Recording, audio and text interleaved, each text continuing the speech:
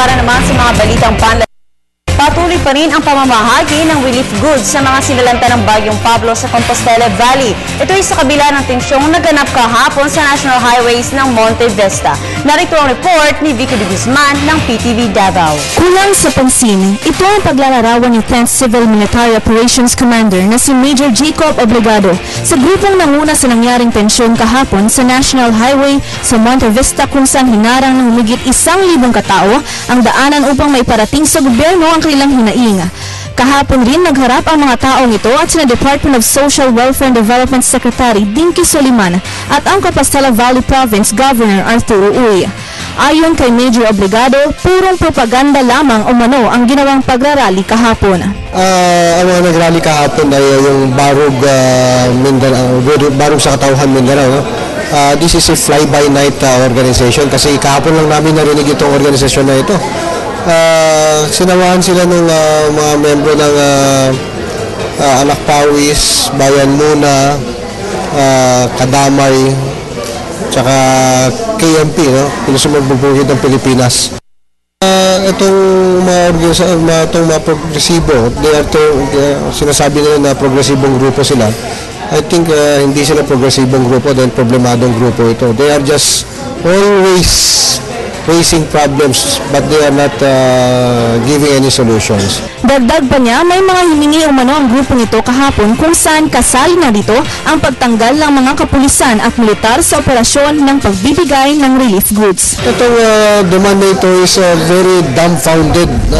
Since day one, nandiyan na mga relief operations, sa relief operations ang ating mga military, ginagamit ang mga 6x6 trucks natin, ginagamit ang choppers natin, ginagamit ang mga barko natin. So, gusto ba nilang tanggalin ito para mas lalong mag-worsen ang situation? Ito yung mga claims na ito ay baseless. No? Gusto lang nilang magpapansin talaga dahil they are irrelevant, they are insignificant, and they are not important during this phase of operation.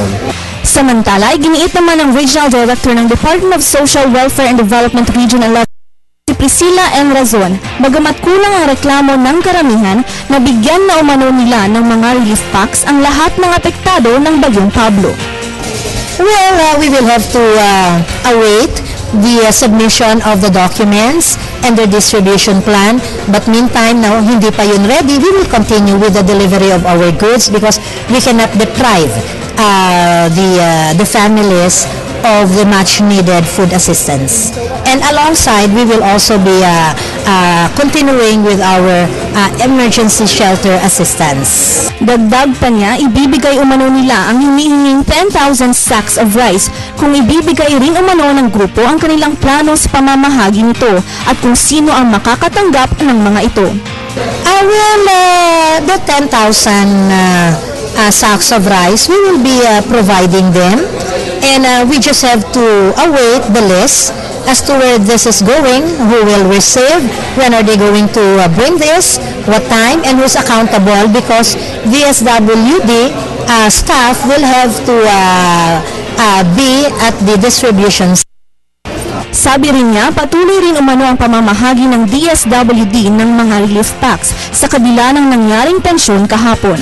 Sabi naman din ng Police Community Relations Superintendent Fillmore Escobar na inihahanda na umano nila ang maaaring isang pangkasong alarm and scandal laban sa mga mapapatunayang may sala.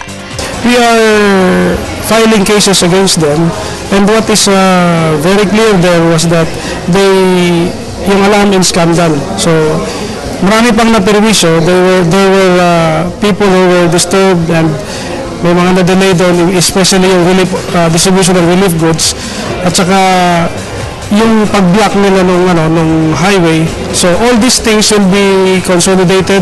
We will get statements from those people around there, yung mga tao na naandun naka-witness those situation, and we will endorse this to the prosecutor for them to determine the other cases na pwede i-file sa kanila. Para sa Telebisyon ng Bayan, Vicky de Guzman.